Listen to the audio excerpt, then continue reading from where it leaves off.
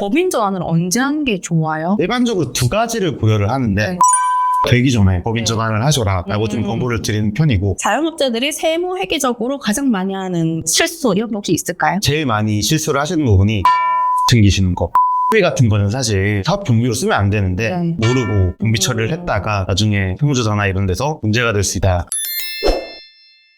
안녕하세요. 얼마 전에 종합소득세 내는 날이었잖아요. 5월 달이었는데 세금 대비는 해놨었는데 이렇게 많이 나올 줄은 몰랐던 거예요. 오늘 세무사님이랑 상담하면서 내년에는 어떤 식으로 대비를 할지, 어떻게 해야 세금을 절세할 수 있을지 그런 거를 좀 알아보는 시간 가져보도록 하겠습니다. 이제 두 분 이제 자기소개 한번 해주세요. 안녕하세요. 저는 대율회계법인 등기사로 있는 박태영 회계사라고 합니다. 지금 저도 같이 대율회계 법인에 있는 정지영 회계사라고 합니다. 저 세금 때문에 쓰러진 썰 아시죠? 모르시나요? 아시죠? 저 세금 너무 많이 나가지고요.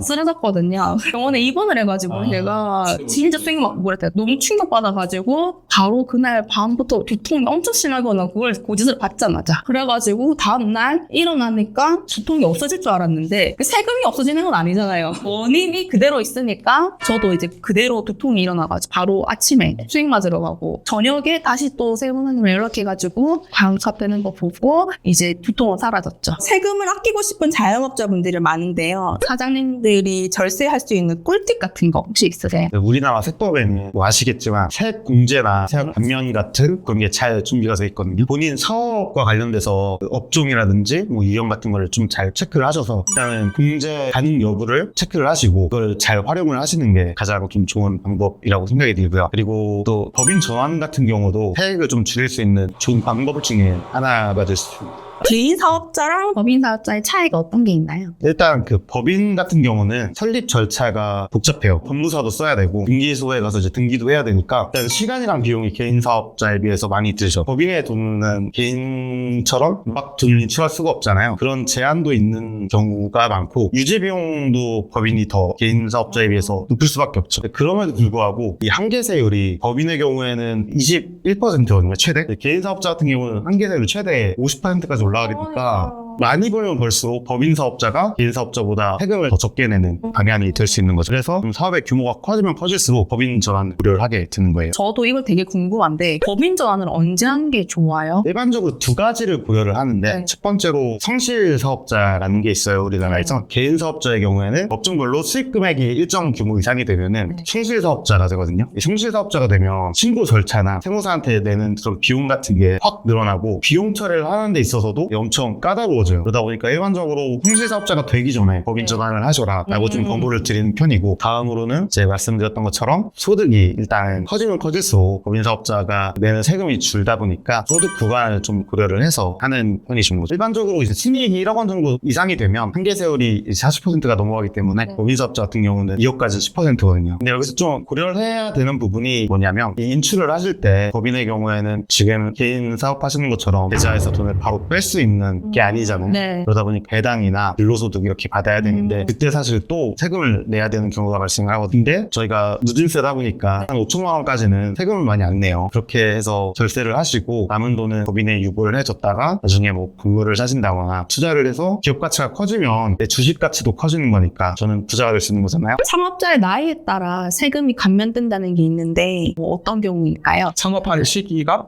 만 35세까지는 받을 수 있는 창업 중소기업 세액 감면이 있고, 이거 말한 것 같은데 이걸 좀 자세하게 설명을 드리면 이제 저희 중소기업 중에서 2017년 12월 31일 이전에 창업을 한 사람이 그런 요건이 있거든요. 업종 요건. 그걸 만족을 하게 되면 최초 소득이 발생한 연도 플러스 4년 더 최대 5년까지 감면을 받을 수 있는 제도가 있는데, 이게 지금 잘 말씀한 게 점점 혜택을 줄이고 있거든요. 옛날에는 이 청년의 경우는 원래 100% 감면이 됐는데 이제 점점 비율도 낮아지고 한도가 생겼어요. 이번에 25년도 한도 5억까지 그 매출액이 5억이에요? 감면 한도가, 내야 될 세금이 5억이었는데 그럼 5억까지는 다 깎아주는 거고, 그게 이번에 생긴 거거든요. 점점 이제 이게 안 좋아지기 때문에 창업에 사업에 관심이 있으신 분들은 미리 좀 하시는 게 좋고, 예를 들어서 어떤 게 있냐면 2025년도가 아닌 2026년도에 창업을 하게 되면 수도권 과밀 억제 권역 이외의 경우에는 100%가 감면이 됐는데 26년부터는 과밀 억제 권역 이외에도 수도권일 경우에는 75%, 25%가 좀 못 받는 거죠. 서울은요? 서울은 똑같이. 그대로 50이에요? 이 서울도 원래 4년도까지는 한도가 없어. 한도가 없었다는 게 뭐예요? 100%. 그래서 좀 더 설명하면 수도권 과밀 권역이 뭐냐 하시는 분들이 있으니까 그걸 보면 이제 국토교통부의 정보 플랫폼이라는 거 보면 알 수 있거든요. 그런 거 찾아보시면 될 것 같아요. 그러면 만약에 시골에서 하면요? 위치를 말하면 네. 100% 되는 거죠. 그래서 굳이 서울에서 할 필요가 그러니까요. 없으면 지방에서 하시는 추천드리기도 당연해요. 프리랜서로 활동하시는 분들 있잖아요. 그분들 좀 절세하는 방법 혹시 있을까요? 일단 프리랜서 분들 같은 경우는 보통 비용 처리를 위해서는 증빙을 잘 챙겨야 되는 게 중요한데 그걸 좀 누락하시는 분들이 많아요. 그래서 본인이 사용한 뭐 유류비라든지 통신비라든지 이런 증빙들은 좀 잘 챙기시는 게 좋고, 방금 말씀드렸던 세액 감면 제도나 뭐 세액공제들 항목들 중에 해당되는 부분을 잘 찾아먹는 게 되게 중요한 거죠. 직원 급여를 지급할 때 세금을 아낄 수 있는 방법이 혹시 있을까요? 우리나라에 세액공제 이런 것도 좀 있지만 고용지원금 제도도 되게 잘 돼 있어요. 그런 것들도 좀 확인해서 해당되는 부분에 대해서 잘 적용해서 지원받는 것도 중요하고, 그리고 고용증대 세액공제라고 있는데 공제액이 되게 커요. 이제 1,500만 원까지 받을 수 있는데 그런 부분도 적용 요건을 잘 파악을 해서 잘 챙겨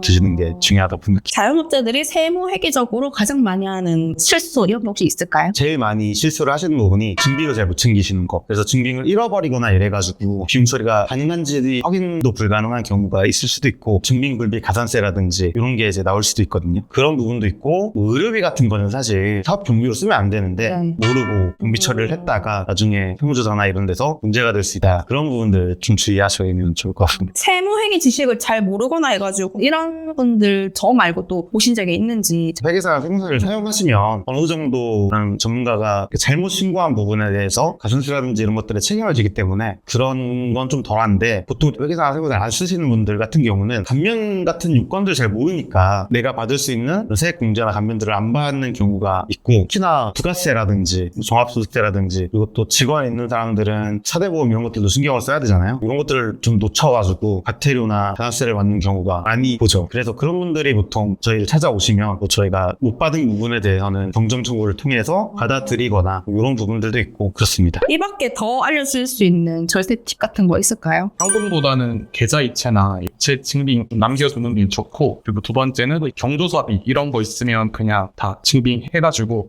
수증 쓸 수 있으니까 그것도 이제 기록해두시는 게 좋고, 그 다음에 이제 노란우산공제라고 개인 사업자들의 어떻게 보면 퇴직금 같은 개념이거든요. 이것도 이제 소득공제 해주니까 그것도 해주면 좋고, 그리고 아까 말했듯이 뭐 고용증대, 고용세액공제인데 이것도 있으니까 한번 찾아보시고, 그리고 보통 이제 창업을 하게 되시면 처음에 기계 설비라던가 그런 설비들을 처음엔 투자를 많이 하잖아요. 그래서 그런 설비에 대해서도 세액공제 받을 수 있는 부분이 있으니까 한번 찾아보시면 좋을 것 같습니다. 좋은 세무사나 회계사나 구하는 팁이 있다면요? 핸드폰 사는 거랑 비슷하게 여러 곳을 좀 비교해 봐서 어디가 더 괜찮은지를 비교해보는 방법이 좋을 것 같고요. 어떻게 비교해요? 그런 거죠. 연락을 해보고 가성비만 너무 찾지 마시고 이 회계사나 세무사가 내 사업에 얼마나 관심이 있느냐, 이런 좀 신뢰도랑 전문성을 보시고 선택하시는 게 좋을 것 같아요. 왜냐하면 제가 많이 가지고 있는 분들은 직접 하는 게 아니라 직원이 한단 말이에요. 직접 하시는 분들이 있거든요. 좀 추창게 하시는 분. 네. 그런 분들은 직원을 쓸 정도가 안 되니까 자기가 직접 하는데, 그런 분들한테 하면 좀 더 그래도 퀄리티적으로 저는 괜찮을 것 같아요. 저는 위탁받아서 했을 때 세무사님이 하시는 게 아니라 직원이 했었거든요. 근데 직원이 1년마다 바뀌는 거예요. 근데 이제 우리 사업을 이해를 못하고 계속 나를 응대하다 보니까 이게 좀 말도 잘 안 통하고 세무사님은 뭐 연락도 안 오고 그쵸.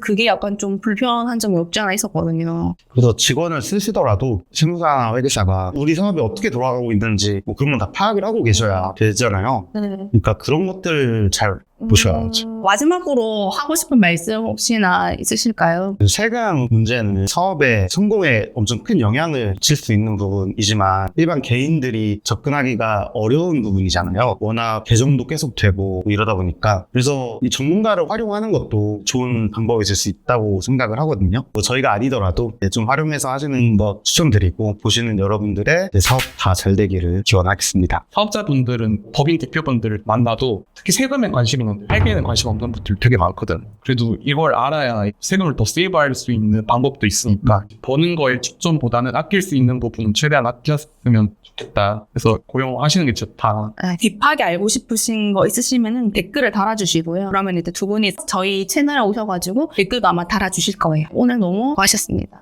감사합니다.